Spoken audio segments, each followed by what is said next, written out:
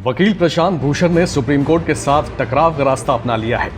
Court की अवमानना के मामले में सुनवाई के दौरान प्रशांत भूषण ने महात्मा गांधी के बयान को दोहराया और कहा कि मैं दया की भीख नहीं मांगता हूं और ना ही मैं आपसे उदारता की अपील करता हूं। प्रशांत भूषण ने माफी मांगने से इनकार करते हुए कहा कि माफी मांगना मेरे लिए अवमानना जैसा होगा। कोर्ट मुझे जो भी सजा देना चाहता है मैं उसके लिए तैयार हूं। महात्मा गांधी ने 1922 में उनके खिलाफ चल रहे देशद्रोह के केस में जज के सामने यही शब्द कहे थे। दरअसल पूरा मामला प्रशांत भूषण के 2 ट्वीट से जुड़ा है। सुप्रीम कोर्ट के फैसले के मुताबिक पहले ट्वीट में भूषण ने कहा था, जब इतिहासकार भारत के पिछले 6 सालों पर गौर करेंगे कि कैसे इमरजेंसी का ऐलान किए बिना ही लोकतंत्र को बर्बाद किया गया, तो वो इसमें सुप्रीम कोर्ट और पिछले 4 चीफ जस्टिस की भूमिका पर भी सवाल उठाएंगे।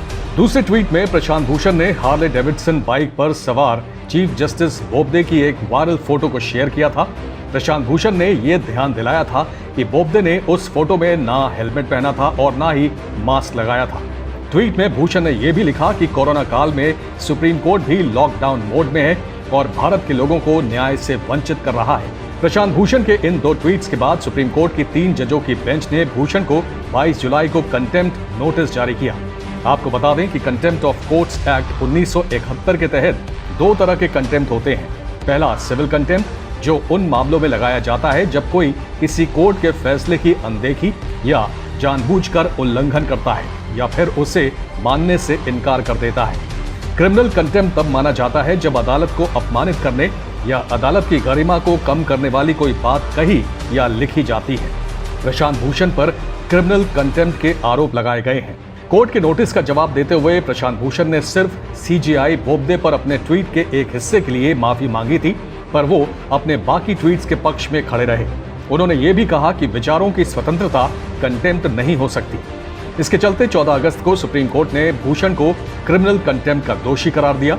108 पन्नों के फैसले में कोर्ट ने कहा कि भूषण के ट्वीट से कोर्ट की गरिमा को चोट पहुंची है। उन्होंने कहा कि इन बयानों से लोग कोर्ट पर विश्वास करना बंद कर देंगे। कोर्ट ने यह भी कहा कि हार्ले डेविडसन को लेकर जो ट्वीट किया गया है वो तकनीकी तौर पर सही नहीं था, क्योंकि चीफ जस्टिस तब भी केस की सुनवाई कर रहे थे। दूसरे ट्वीट को लेकर कोर्ट ने कहा कि प्रशांत भूषण ने सिर्फ एक जज नहीं बल्कि पूरी सुप्रीम कोर्ट की संस्था पर सवाल उठाए थे। कोर्ट के फैसले के बाद कई दिग्गज प्रशांत भूषण के समर्थन में आ गए हैं। यहां तक कि सुप्रीम कोर्ट के ही रिटायर्ड जस्टिस कुरियन जोसेफ ने कहा कि भूषण के खिलाफ कार्यवाही ने इस कंटेम्प्ट के कानून के संबंध में कई मूलभूत सवाल खड़े किए हैं, जिन पर संविधान पीठ यानी कि कॉन्स्टिट्यूशन बेंच को सुनवाई करनी चाहिए। रिटायर्ड जस्टिस मदन लोकूर ने भी लिखा कि जहां अमेरिका के राष्ट्रपति बरसों से वहां के सुप्रीम कोर्ट की निंदा करते आए हैं और तब भी वहां का लोकतंत्र बरकरार है, वहीं भारत प्रशांत भूषण और उनके 2 ट्वीट्स को नहीं संभाल पा रहा है।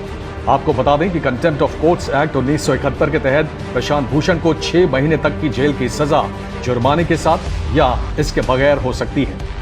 लेकिन इसी एक्ट के सेक्शन 12 के मुताबिक दोषी अगर माफी मांग ले तो अदालत चाहे तो उसे माफ कर सकती है।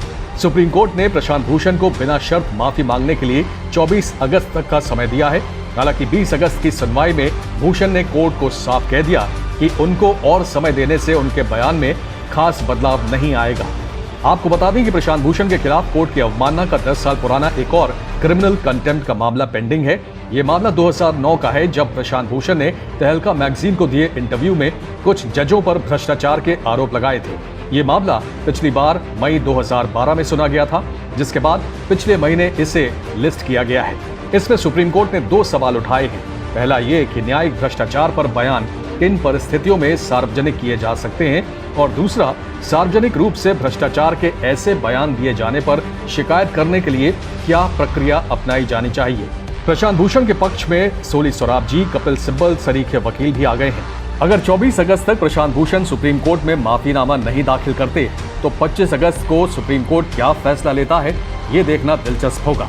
Tiger news desk. और आपसे रिक्वेस्ट है कि अगर आपको टाइगर न्यूज का न्यूज मटेरियल पसंद आ रहा है तो आप हमें शेयर, लाइक और सब्सक्राइब जरूर करें, और जी हां, अपना बेल आइकन जरूर दबाएं। धन्यवाद।